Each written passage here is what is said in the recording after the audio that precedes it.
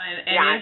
is there asymptomatic cavity? Because honestly, isn't that colonization? Yeah, I mean, Therefore, if you it's do, not a cavity. If you have no symptoms, one could argue why you got cultured in the first place. right. Well, because if somebody put a catheter in, they might culture me if they don't have symptoms. But basically, CDC decided that they would allow bacteremia replace the symptoms.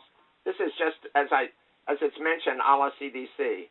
right. It No, was I do just they don't have. provide clarity to this? Pardon? CDC, do they provide some clarity to this? They go on for pages. Yeah. But They basically have charts, and one of them is asymptomatic bacteremic. It's their term. We didn't make it up. I don't have the standard in front of me, so I can't see it. I don't know how it fits into their definition. This is Henry, and again, I'm looking on the commenting tool. So under 1.0, there's definition of event. 1.1 is a catheter-associated UTI. And then as you work your way down, under catheter in place for greater than 2 calendar days, 1.1.2.1 is symptomatic, which includes a positive urine culture, but also includes fever, suprapubic tenderness, etc. And then there's 1.1.2.2 asymptomatic cavity, and underneath that it says indicated by both of the following. 2.1 is a positive urine culture, and 2.2 is a positive blood culture. And that kind of surprises me because, I would think you could have an asymptomatic cavity with just the urine culture. You wouldn't need to have a positive blood culture. So they're giving you two choices. Either you had a positive urine culture or you had a positive blood culture. But it says both of the following. Yeah, I know. So I'm a little confused about this, Ira, because I just don't use the term asymptomatic bacteremia. All I'm saying is NHSN does. Yeah, I know. So, yeah, I think we should probably revisit this. Yeah, let's revisit this. Yeah, it's a good idea. So, if we don't get it, then the abstractors certainly won't get it, right? Yeah. Right. That's really confusing. I agree. Let's move on to the next comment. If we can scroll down, Poonam.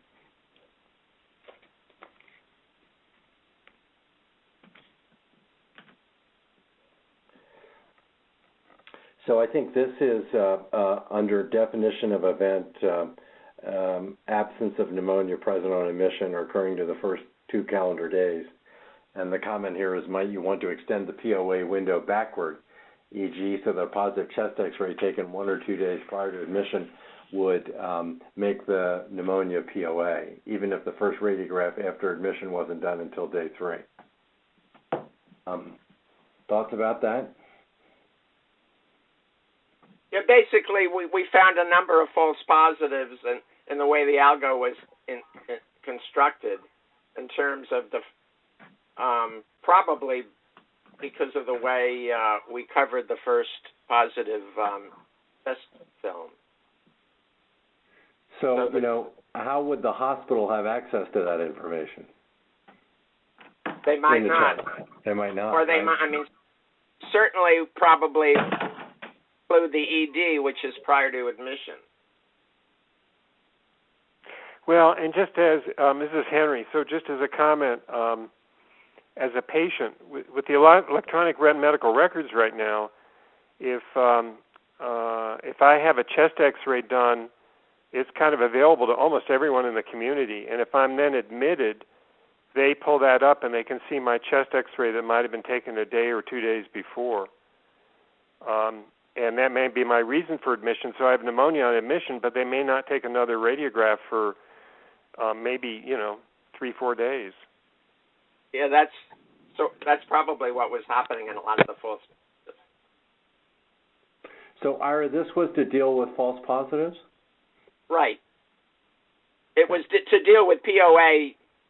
We only look at hospital acquired. So, if it's POA, it's understood. You don't look at it. But Well, we don't count it, right? right. So And you're the just trying to create had- more clarity for POA. Right.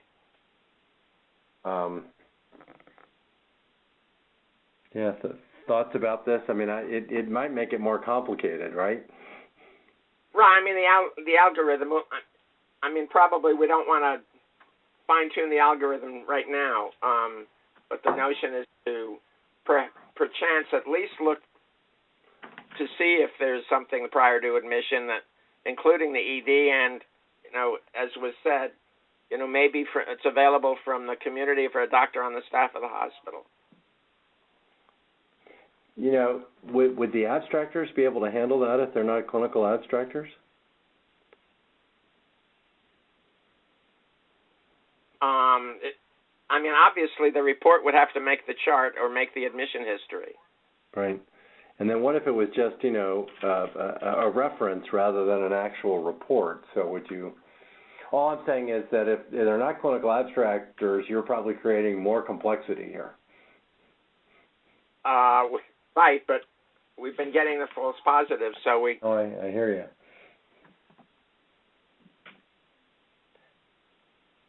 I mean, we probably need to look at the algo, and I think probably if we can just get agreement that if we can... that we should be able to, if it's there, use something within, let's say, 48 hours of admission. But the challenge for you will be, how definitive does it have to be to prove pneumonia present on admission, right? Well, I mean, that's a whole other issue as to how easy it is to do simple HAP that's not ventilator associated. Right. As we've learned in this space, it's very swampy. Right. I mean, that raises a whole other big question. I know it is. So, I mean, we've had so much trouble just even defining a ventilator-associated pneumonia. So, I mean, it would be nice to be more specific here, but I think you're going to run into the same problems of specificity that we ran in with HVA. Right. I mean, VAP. I mean.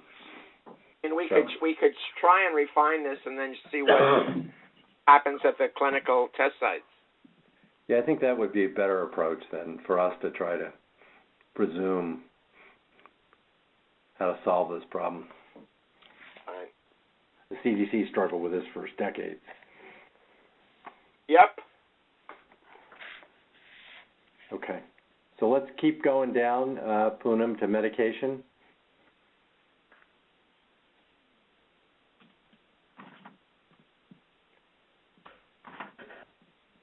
I think the first one, the ECMO, came from one of the pilot sites. But I think this is Matt again. But again, this whole thing, the hierarchy here, first thing is an adverse event took place. So I understand the exclusion there, but I'm reading that as they had heparin, but nothing went wrong. Oh no, something. They had a bleed. Okay. But it says so Ira, what are you asking for here? So an exception. So to exclude that in this type of situation. Well, there are a lot of potential exclusions here. ECMO is probably the rarest of them. Fine, let's hear them. I mean, initially starting heparinization, your PTT might be all over the place, right? So if you're going to put exclusions in, ECMO is probably the rarest of all of them. So I might come back to you, Ira, and say, well, so give us from your chart review, the top 5 exclusions you found. No, this came from I didn't pick ECMO. I know, but... No, sure, if we want to hear, other exclusions. This was the one specific one, and we heard about it earlier, and then we heard about it 2 days ago. Right, but ECMO is rare in hen's teeth. So all I'm saying is if you want an exclusion, you